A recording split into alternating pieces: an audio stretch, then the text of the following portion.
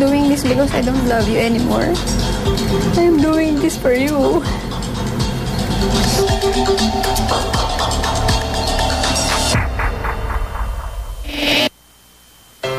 Mismong si Lian Paz ay tila nagulat sa desisyon ng asawang si Paulo Contis na tapusin na ang kanilang pagsasama makalipas ang 3 taong nagbunga ng 2 supling.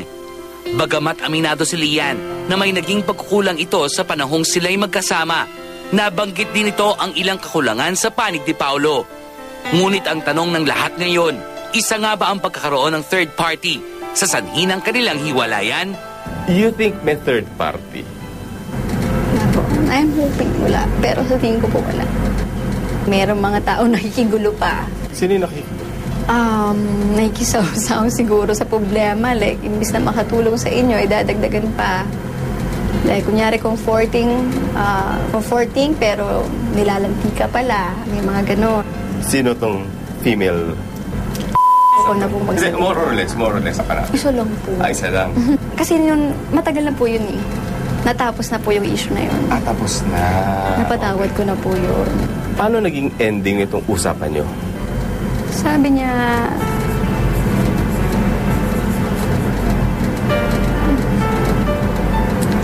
I'm not doing this because I don't love you anymore.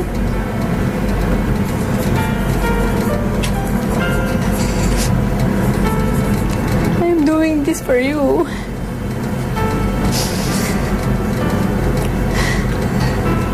Sa kanya, kung ano man nagdadaanan mo, asawa mo ako, dito nga para tulungan ka eh.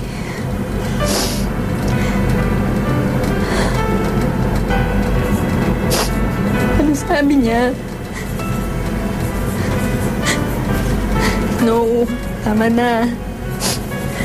Kaya mo yan.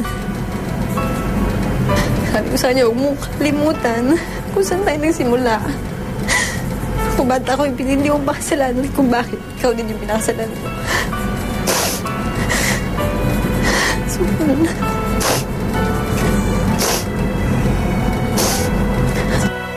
Bago lumipad patungong Amerika para sa many prizes, nakuna ng reaksyon si Paulo sa panayam na isinagawa ng Star Talk TX kay Lian.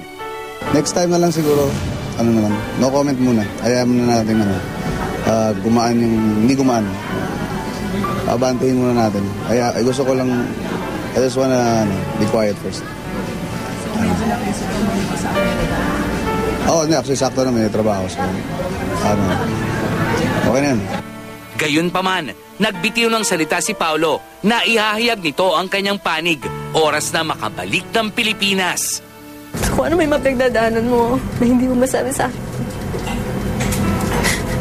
just pray. As I am going to do right now. Pray. And don't forget that I love you so much.